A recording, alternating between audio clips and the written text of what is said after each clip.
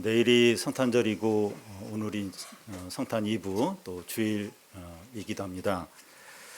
크리스마스를 상징하는 그 성탄 추리도 점점 보기 힘들어지고 또 성탄 캐롤도 듣기 힘들어지는 것 같습니다. 그런데 세상이 성탄절을 어떻게 여기든지 성탄의 의미는 너무나 중요하고 필요하다고 생각합니다. 이번 성탄절은 다른 때보다도 마음이 많이 아픈데요. 예수님이 태어나신 중동 아시아 팔레스타인 지역에 이스라엘과 하마스의 전쟁으로 인해서 수많은 아이들과 여자들과 시민들이 죽어가고 집과 건물들이 파괴되고 식량과 물과 의약품이 부족해서 사람들이 부르짖고 있습니다. 지금 가자 지구의 비참함이 이 세상의 실상을 보여준다고 할 수 있습니다. 미국은 선진국이고 경제 대국이고 민주주의의 대표 국가인데 매년 총기 사고로 4만 5천 명이 사망을 하고 마약으로 10만 명 정도 사망한다고 합니다. 우리나라는 전쟁이 일어난 것도 아니고 지진이나 홍수나 또 기근 같은 자연재해가 일어난 것도 아닌데 출산율이 0.7%입니다. 외국의 어떤 전문가는 한국의 출산율에 대해서 유럽의 중세 때 그 흑사병이 돌 때 수천만 명이 죽었는데 그때 출산율과 비슷하다는 말을 했습니다.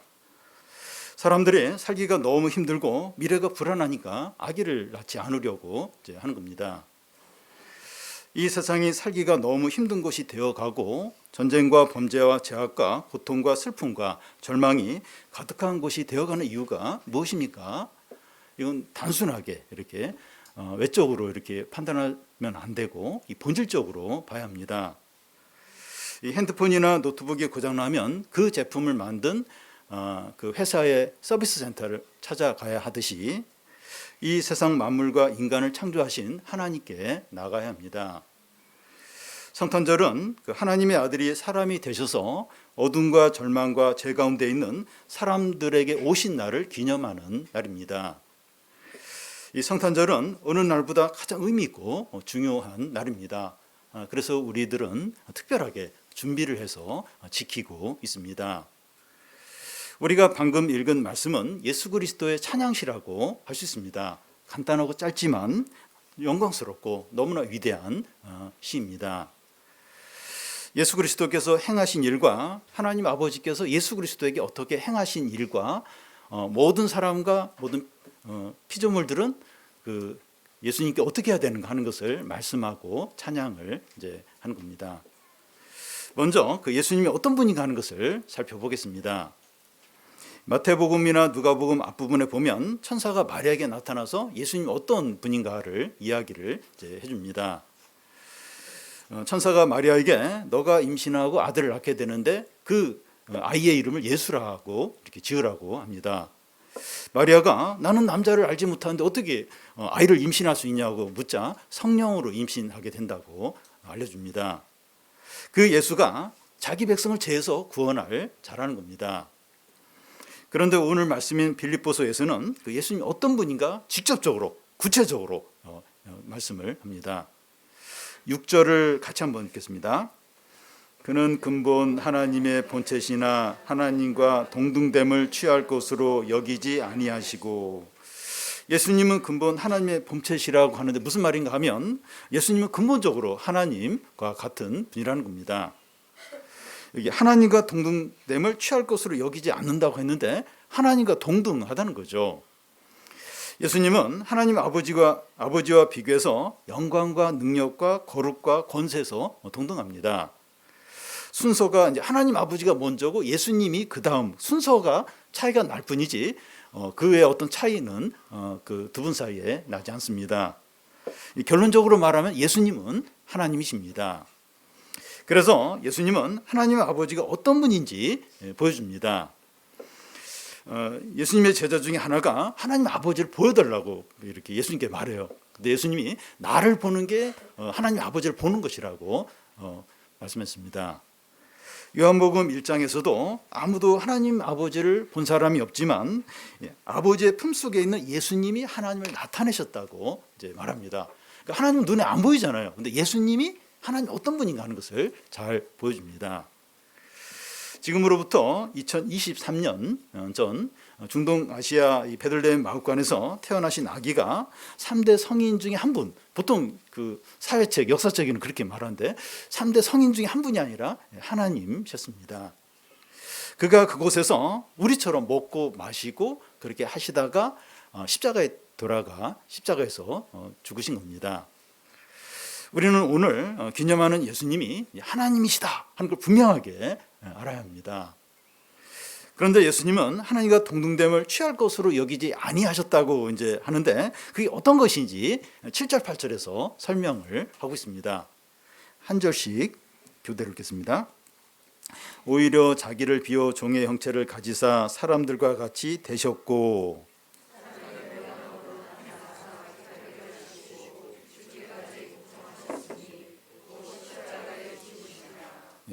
우리는 본래 이제 사람이죠. 그런데 예수님은 하나님 아버지와 성품과 능력과 영광에서 동등하신데 사람이 되었다는 건 자기를 비운 것을 말합니다.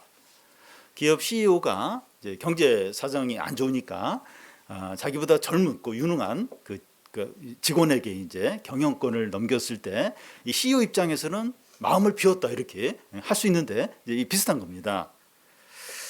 그런데 그 예수님이 자기를 비운다는 말을 오해할 수 있는데 하나님의 능력과 영광과 성품을 다 버린 것으로 이제 오해를 할 수 있습니다.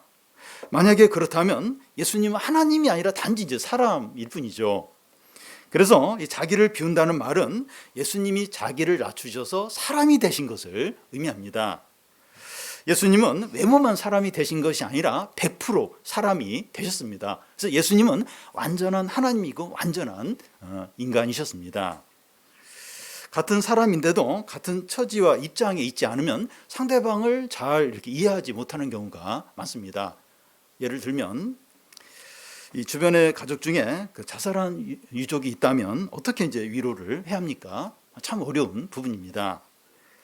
유족에게 이제 상처되는 말을 예를 들면 고인을 이제 불효자라고 하거나 또 나약해서 그렇다 이런 이제 험담하는 말이나 또 이제 그만 잊어버리라 이제 하는 말이나 왜 그랬대 이러면서 이런 말들이 유족에게 큰 상처가 된다고 합니다. 반대로 유족들에게 이제 위로가 되는 말은 많이 힘들겠네요. 내 잘못이 아니야. 힘들면 실컷 울어. 이런 말을 하든지 아니면 아무 말 하지 않고 같이 있어주는 게 큰 위로가 된다고 합니다. 제가 지금보다 젊었을 때는 힘들어온 분에게 막 열심히 이렇게 위로의 말도 하고 성경 말씀도 인용해서 적극적으로 했다면 지금은 이제 그런 말도 좀 이렇게 적게 하고 성경 말씀을 인용해서 하는 것도 좀 조심해서 이렇게 하는 편입니다. 왜냐하면 상대방의 아픔을 안다고 하는데 다 이렇게 헤아리지 못할 수 이제 있기 때문에 조심스럽게 이제 하는 거죠.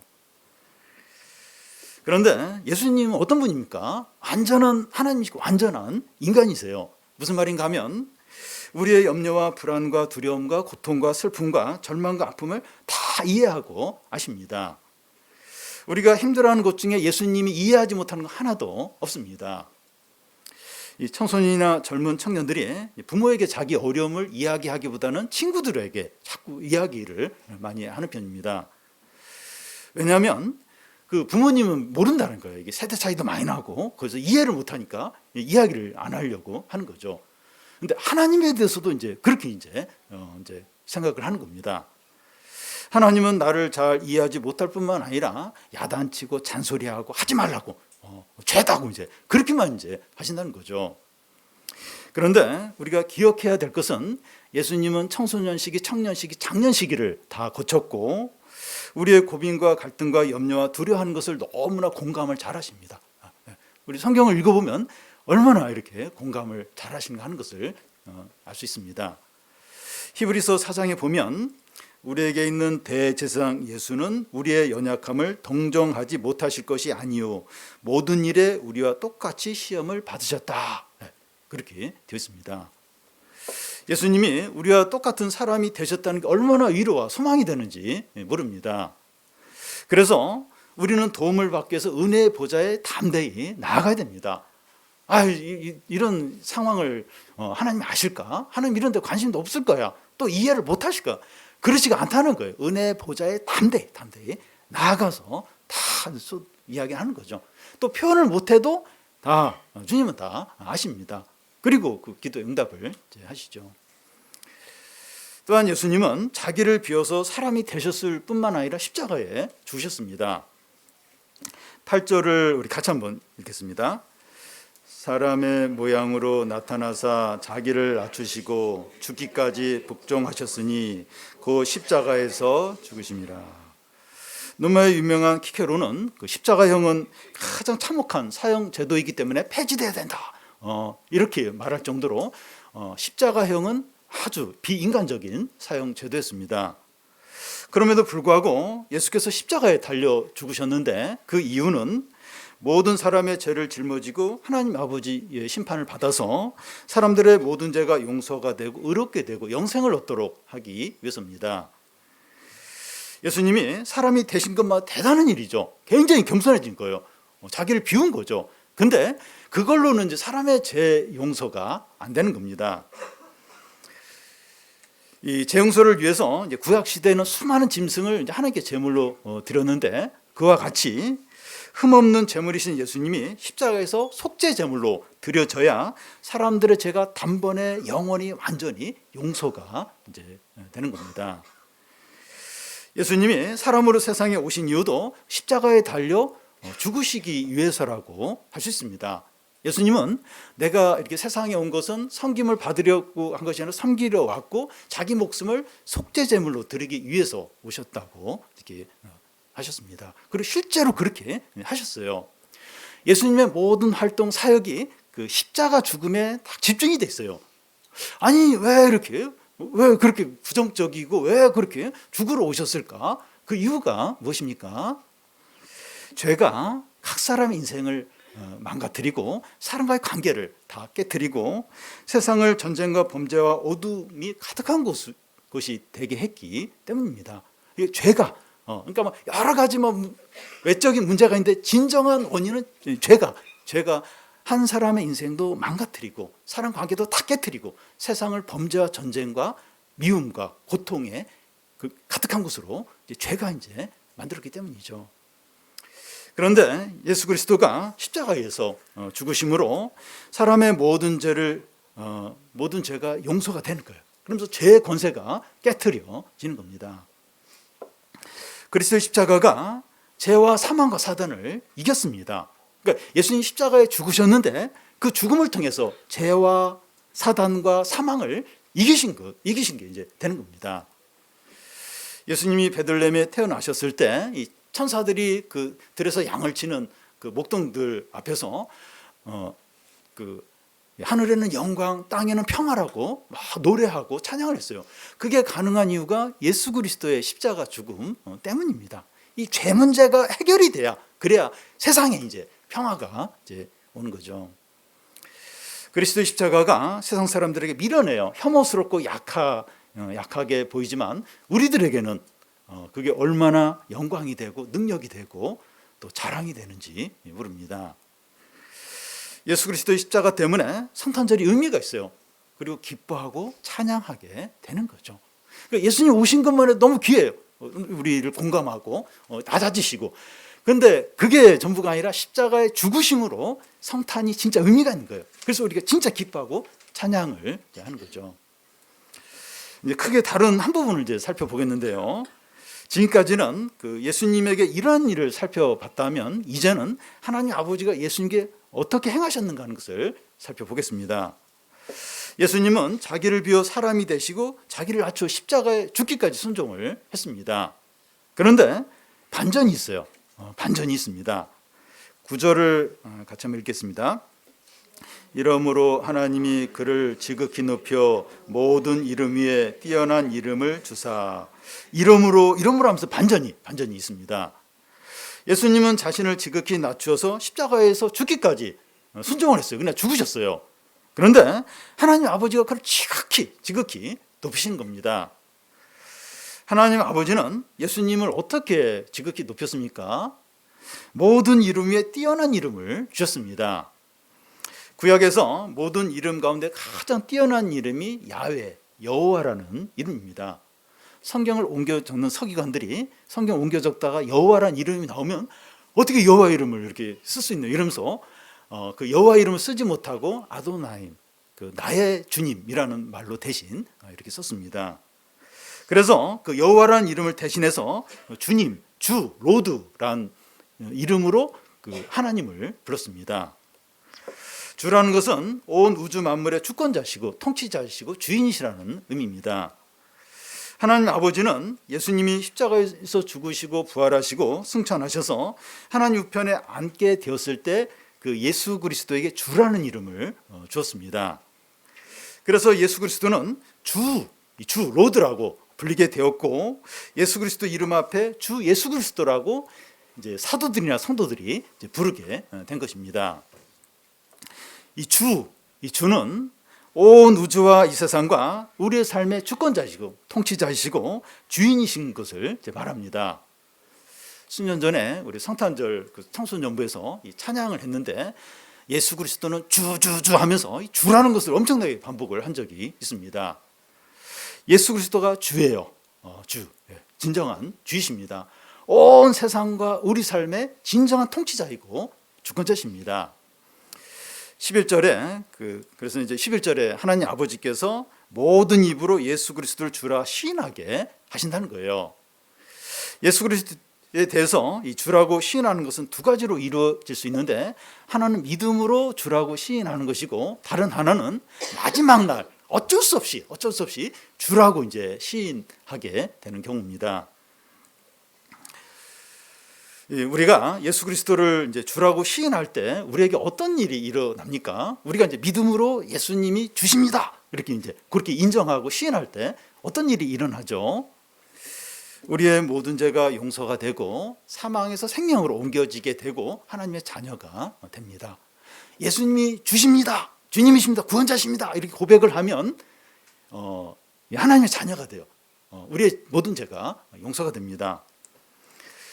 영생과 하나님의 은혜와 구원의 풍성함을 누리게 됩니다. 그러나 지금 예수 그리스도를 주로 이제 시인하지 않는 자는 이제 마지막 날에 하나님 심판대 앞에서 어쩔 수 없이 이제 시인하게 되는데, 그때에는 재용서나 구원이나 은혜가 없어요. 은혜를 전혀 받을 수 없고 구원을 받을 수 없게 됩니다. 왜 우리가 그 예수 그리스도를 주로 시인을 해야 됩니까? 왜 그렇게 해야 됩니까? 하나님 아버지가 예수 그리스도를 주가 되게 하셨어요. 그리고 예수 그리스도가 주이기 때문에 우리가 시인을 해야 하는 겁니다. 우리가 믿음으로 지금 그 예수 그리스도를 주라고 이제 시인하는 것이 은혜입니다. 이게 굉장히 귀한 거예요. 그러니까 이게 주라고, 예수 그리스도 주라고 시인하는 게 이게 쉽지가 않으시네. 근데 이게 은혜고 굉장히 나는 예수 그리스도를 주라 시인한다 이러면 그 은혜고 굉장한 축복입니다. 10절에 그 하늘에 있는 자들과 땅에 있는 자들과 땅 아래에 있는 자들로 모든 무릎을 예수 이름에 이제 꿇게 하신다고 하는데, 무슨 말인가 하면 이 하늘에 있는 천사들, 그리고 땅에 있는 모든 사람들, 또 땅 아래에 있는 악령까지도 그 예수 이름 앞에 무릎을 꿇게 하신다는 겁니다. 이 무릎을 꿇는다, 이건 굴복하는 거죠. 순종하는 것을 의미합니다. 개인적으로 인격적으로 주님께 굴복하는 것을 이제 의미합니다. 예수 이름 앞에 이제 무릎을 꿇는 것도 두 가지 경우인데, 하나는 믿음으로 이제 무릎을 꿇는 거고, 다른 하나는 마지막 날 어쩔 수 없이 이제 무릎을 꿇는 경우입니다. 우리가 예수님을 믿는다고 하는 것은 하나님 앞에서 인격적으로 무릎을 꿇고 순종하는 것을 의미합니다.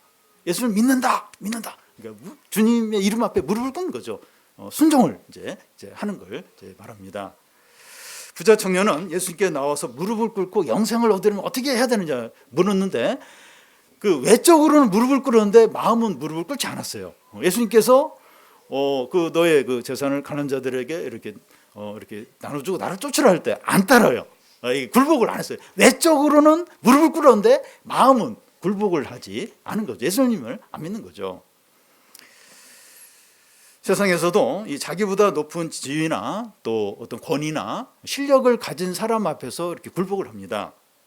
직장에서 상관에게 자기 분야에서 더 실력이 좋은 사람에게 이제 굴복을 하죠. 이것은 비굴한 게 아니에요. 비굴한 게 아니라 옳은 거죠. 나이 든 사람들은 젊은 사람에게 IT 기술을 배워야 돼요. 이건 부끄러운 게 아닙니다. 잘하니까, 또 능력 있으니까 배우는 거죠.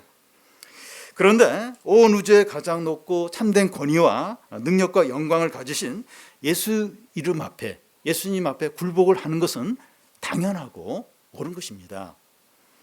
참된 권위에 굴복하는 것은 비굴한 것도 아니고 비참한 것도 절대 아니고 아름다웠고 복된 것이죠. 주님께 굴복하는 것이 사람이 진정으로 사람다워지는 것이고 구원받고 모든 축복을 누리는 길입니다. 그런데 이 사람의 모든 불행과 고통과 죽음은 온 세상의 창조자이시고 구원자이신 예수 그리스도를 주로 시인하지 않고 그 이름 앞에 굴복하지 않기 때문입니다. 아담과 하와가 처음으로 그렇게 했어요. 이렇게 선악과 하면서 따먹지 말라고 했는데 그걸 이렇게 거역을 합니다. 그게 뭐 과일 따먹고 그런 문제가 아니라 하나님의 권위를 인정을 하지 않는 거예요. 주로 시인하지 않는 겁니다. 나도 이제 당신과 같은 신적인 존재다. 이런 걸 은연중에 주장을 하는 거죠. 그러면서 이제 죽음이 찾아오게 됩니다. 죽음이 찾아오게 돼요. 그리고 가인도 이제 그 아들 가인도 이제 그렇게 하는데 가인과 그의 후손들이 그렇게 합니다. 주로 시인을 안 해요. 그 주님을 인정을 안 합니다.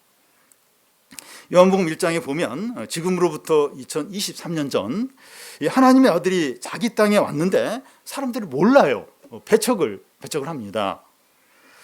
그런데 지금도 사람들은 예수님을 모르고 거부를 하고 있습니다. 2000년 전이나 지금이나 사람들은 주님을 주로 인정을 안 해요. 그 이름 앞에 굴복을 안 합니다. 옛날도 그렇고 지금도 그렇습니다.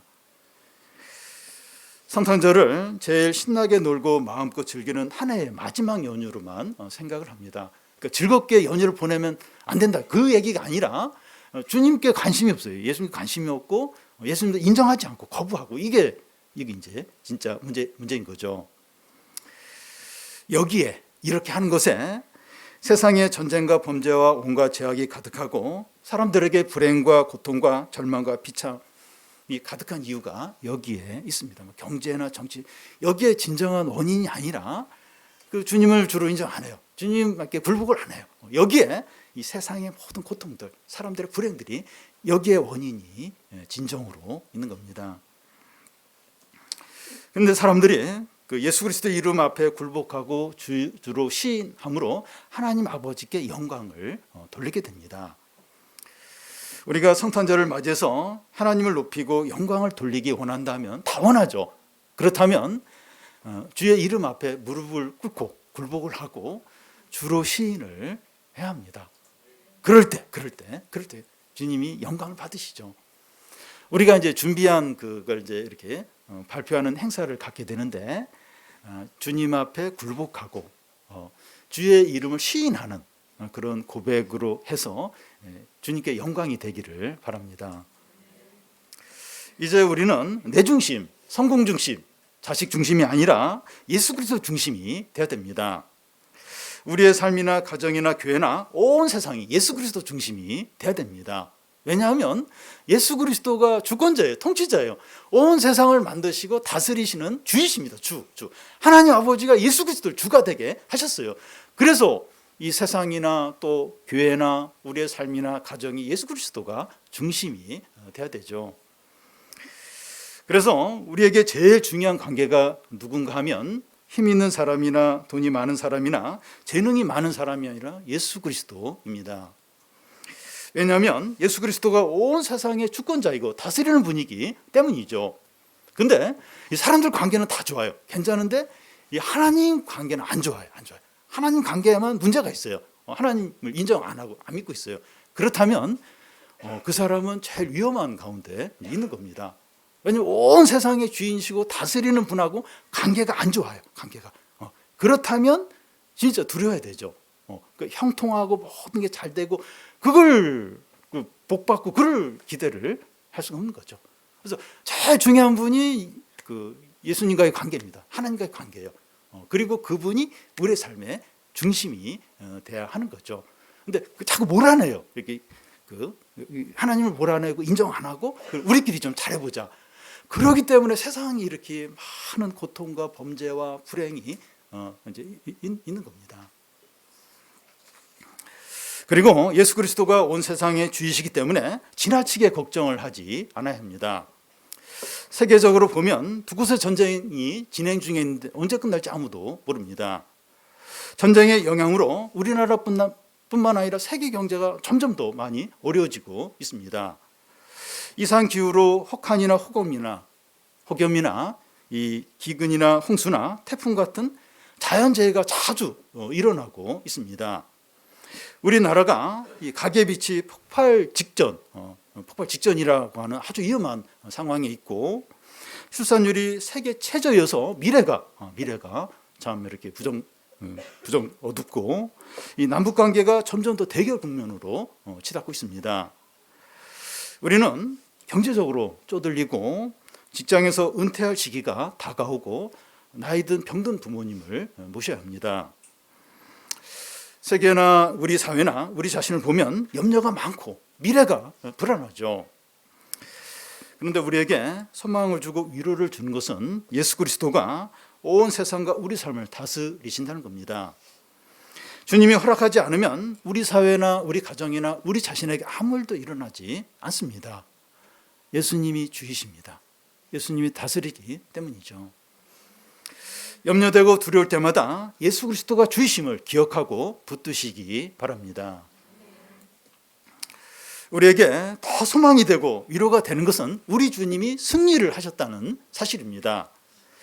예수께서 십자가에 죽으셨지만 하나님께서 지극히 높이셨다 하는 게 승리하셨다는 것을 의미하죠. 예수 그리스도가 죽음에서 부활하심으로 죄와 사망과 사단과 세상을 이기셨습니다. 예수님은 너희는 담대하라, 내가 세상을 이겼다고 하십니다. 하나님 아버지가 모든 것들에게 예수의 이름 앞에 무릎을 꿇게 하고 주로 시인하게 하시는 것은 그리스도가, 우리 주님이 완전히 영원히 승리를 하신 것을 이제 의미합니다. 우리 주님의 승리를 바라보며 확신 가운데 담대하시기 바랍니다. 그리고 오늘 말씀은 예수 그리스도가 우리에게 본을 이제 보이시는데요. 5절을 보면 우리 같이 한번 읽겠습니다. 너희 안에 이 마음을 품으라, 곧 그리스도 예수의 마음입니다. 빌립보 교회 안에 이 다툼과 갈등이 있었는데 바울은 예수님의 예를 들면서 예수님의 마음을 품으라고 합니다. 교인들도 다 죄인이기 때문에 다툼과 갈등이 없을 수가 없습니다.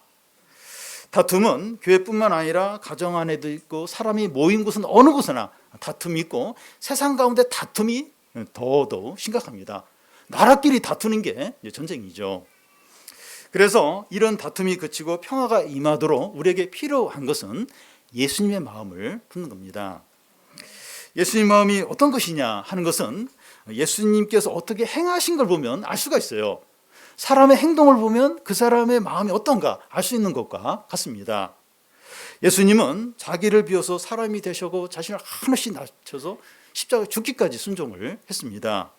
그런데 하나님 아버지가 그를 지극히 높여서 온 만물의 주권자가 되게 하고 모든 것이 주의 이름 앞에 무릎을 꿇게 하고 주로 시인하게 하셨습니다. 예수님은 한없이 자기를 낮추셨는데 하나님 아버지는 한없이 높이신 거예요. 야고보서에서도 주 앞에서 낮추라, 그리하면 주가 너를 높이시라 하셨고, 마가복음에 보면 으뜸이 되려고 하는 자는 모든 사람의 끝이 되어야 되고 모든 사람을 섬겨야 한다고 했습니다. 하나님의 영광을 위해서 자신을 한없이 낮추는 게 예수님의 마음이죠. 예수님의 마음을 품는 겁니다. 성탄절을 맞이해서 자신을 한없이 낮추시고 사람이 되시고 십자가에 죽기까지 하신 예수님을 생각하고 예수님의 마음을 가지시기 바랍니다. 예수님의 마음은 우리가 예수님의 이름 앞에 무릎을 꿇고 예수님을 주로 시인할 때 이 마음을 이제 갖게 됩니다. 우리가 예수님의 마음을 품을 때 다툼이 그치고 관계가 회복이 되고 진정한 평화가 임하게 됩니다. 우리가 예수님 마음을 품어서 교회 안에서, 가정 안에서, 직장 안에서, 세상 가운데서 사람들을 사랑하고 섬기고 살리시기를 바랍니다.